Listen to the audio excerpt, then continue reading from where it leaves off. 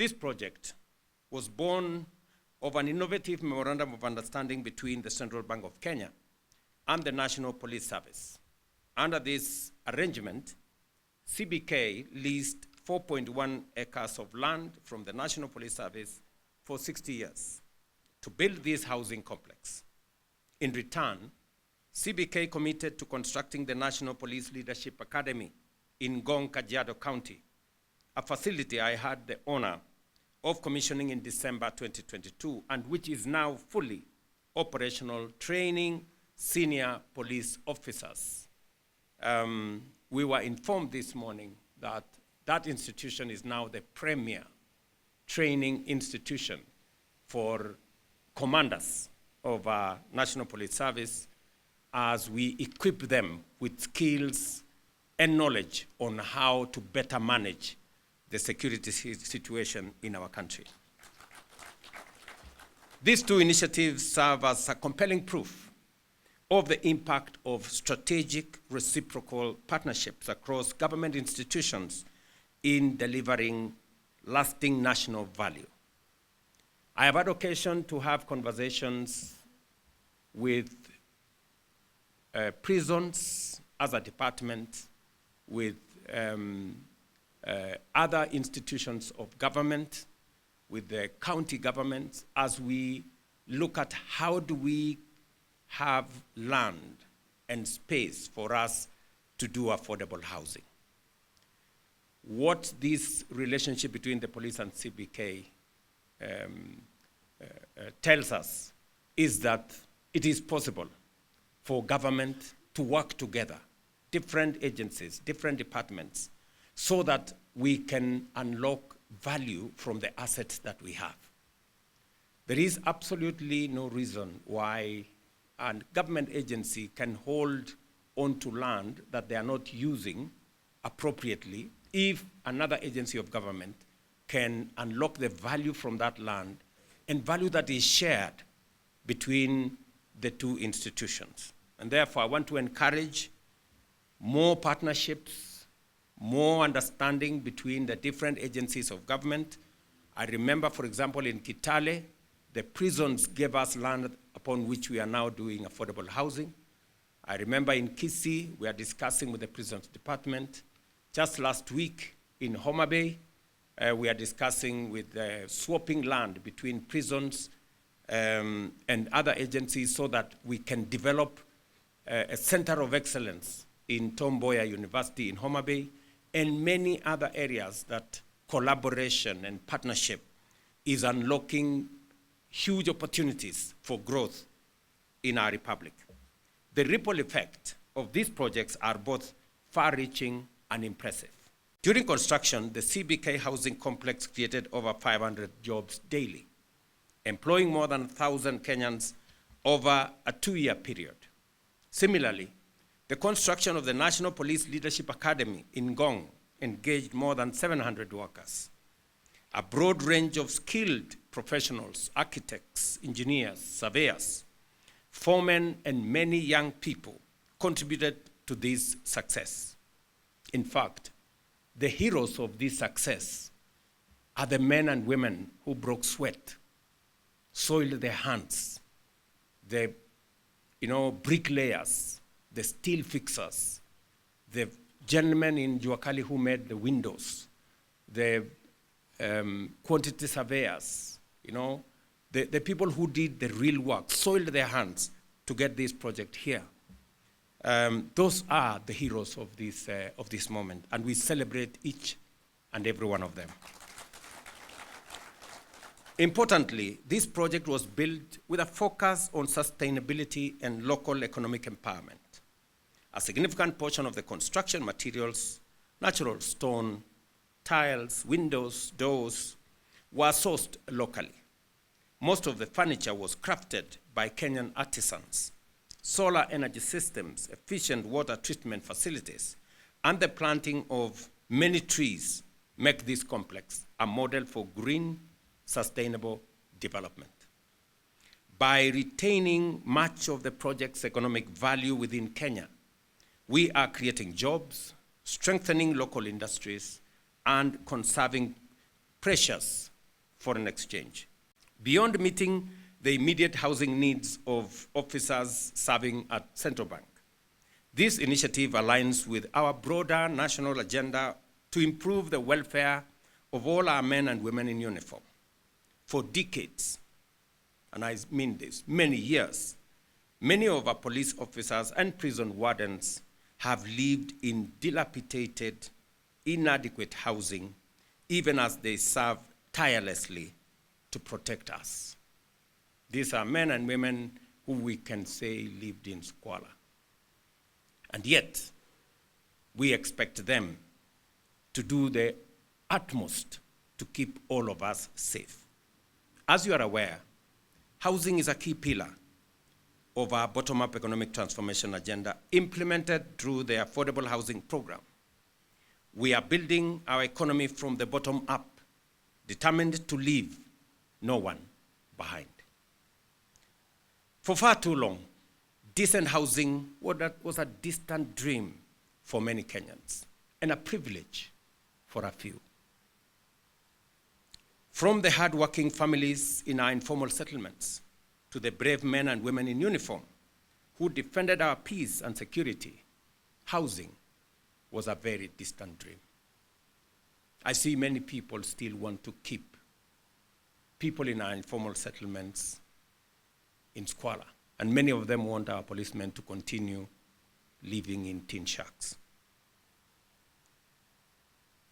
I want to say that we will do everything possible and take whatever consequences will come our way as we work hard to get decent housing for as many of us as possible. Our law enforcement officers, who have long been overlooked in matters of housing, deserve better.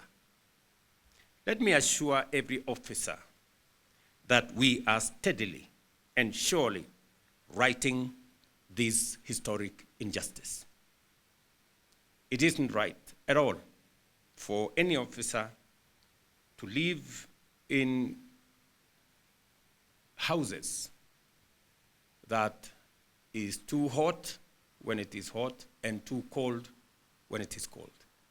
As part of our policy program, 20% of whole housing units being developed under affordable housing across the country will be ring-fenced for members of our disciplined forces from the military, the National Police Service, the Kenya prisons, and the National Youth Service.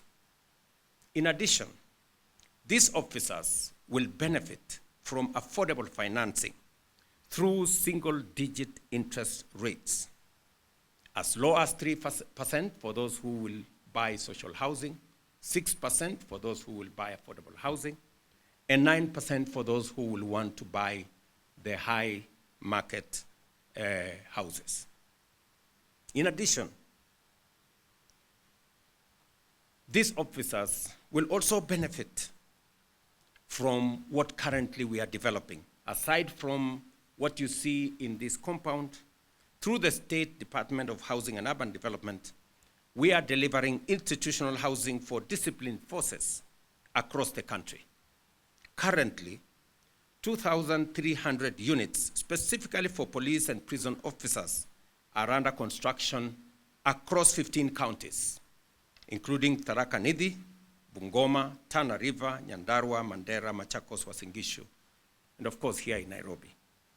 I was with Kanja in Tharaka Nithi the other day to hand over units for our policemen and women, so that either you have a facility to buy a house, to own, or you are staying in a building, in a police station that is not what we have seen before, that is decent and that is livable. In addition, procurement is underway for a further 17,000 housing units, specifically for our police service. For the Kenya Defense Forces, 3,000 housing units are already under construction, while an additional 10,000 units have recently been signed off, with construction set to commence this month. planning is also underway for a further 10,000 housing units for our KDF personnel. As you all know, many of our men and women in uniform from KDF live in all manner of places, and sometimes it endangers them and undermines their ability to provide the most critical part of the security of our nation. All these houses will be paid for by whoever it is that will be benefiting from these houses. And therefore, the element of sustainability has been built into this program so that the affordable housing fund is not undermined in any way. Any development we are doing, whether it is affordable housing or social housing or institutional housing, like what we are doing for the police and the prisons and the KDF, or for that matter, the markets, or for that matter, the hostels we are doing for our students across Kenya, all of them will be paid for either as mortgage or as rent to own, or different formats. But at the bottom of it is that all this money will be used sustainably. And I am very clear in my mind that that is what will change our nation. I must commend the central bank. I mean, surely, Chairman, Governor, and your team at the central bank, what you have done here is phenomenal to make sure that as our policemen and women help you provide security and secure our central bank and all its assets, you too have given back by making sure that they have this decent and dignified housing so that they can better serve you as they serve the nation. These investments aim to replace old, dilapidated structures with modern, livable housing, and in so doing, uplift the morale and effectiveness of our security personnel. I extend my heartfelt gratitude to the members of our disciplined forces for their unwavering sacrifice and steadfast contribution to nation building. You serve not only by upholding the law and ensuring that peace and order prevail, but also by dutifully contributing to the housing levy. Your dedication has not gone unnoticed, and your sacrifice is deeply valued as a vital pillar in our journey towards a stronger and more dignified Kenya. We recognize the unique sacrifices you make, and often serving far from your homes and families, standing guard so that the nation may thrive.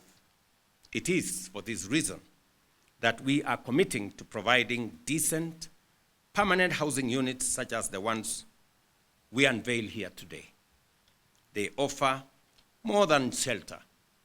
They provide the assurance that even when duty calls and sends you far away, your family will dwell in secure, dignified homes at peace and with a sense of belonging. I must also commend Central Bank for the leadership in our financial sector. Mr. Governor and your team, I must say congratulations. You have led with a lot of focus. I know we continuously consult. I have told you where we should go, and you have been phenomenal. I know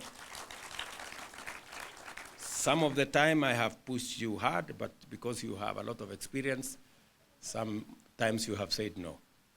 And I take no with a lot of grace, because I know that this is good for all of us.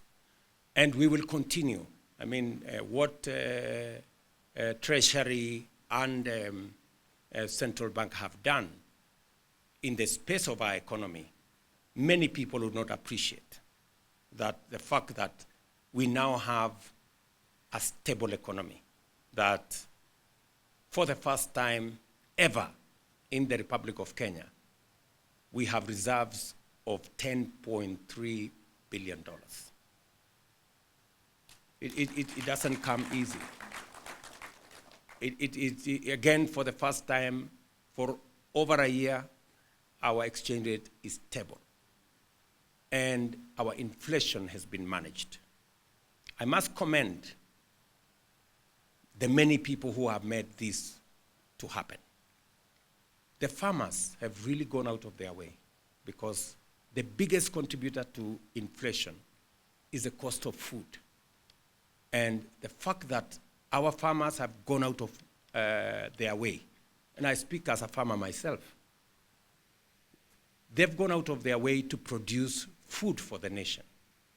And it has helped significantly reduce inflation from what you had in 2022, 9.6%, to 3.8 this month. And many other actors, the people who have contributed working, the community health promoters who have gone out of their way to make sure that something is happening around our health infrastructure. The many people in our construction sites, the masons, the carpenters, the steel fixers, many people don't appreciate those people who make the wheels of our economy turn. Those are the heroes. The farmers who wake up early, the people who work in all our sites, the people who wake up to go to work, those are the people who turn the wheels of our economy and make us who we are. And they are, in my very honest opinion, the heroes of our nation. I know there are so many people asking questions. Why their maid will now stay in 11th floor on a house that eventually belongs to them.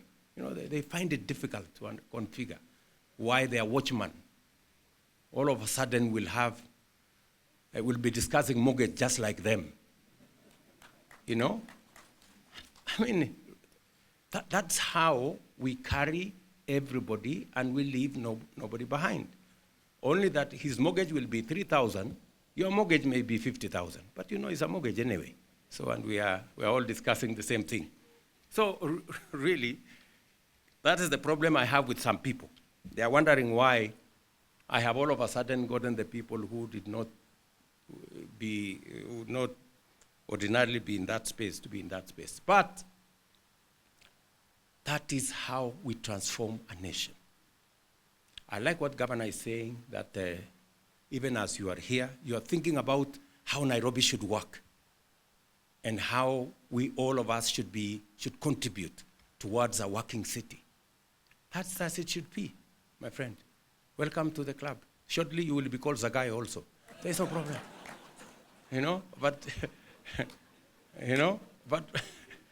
It's better to be called Sakayo and get things done, So this is why we need to get the country moving.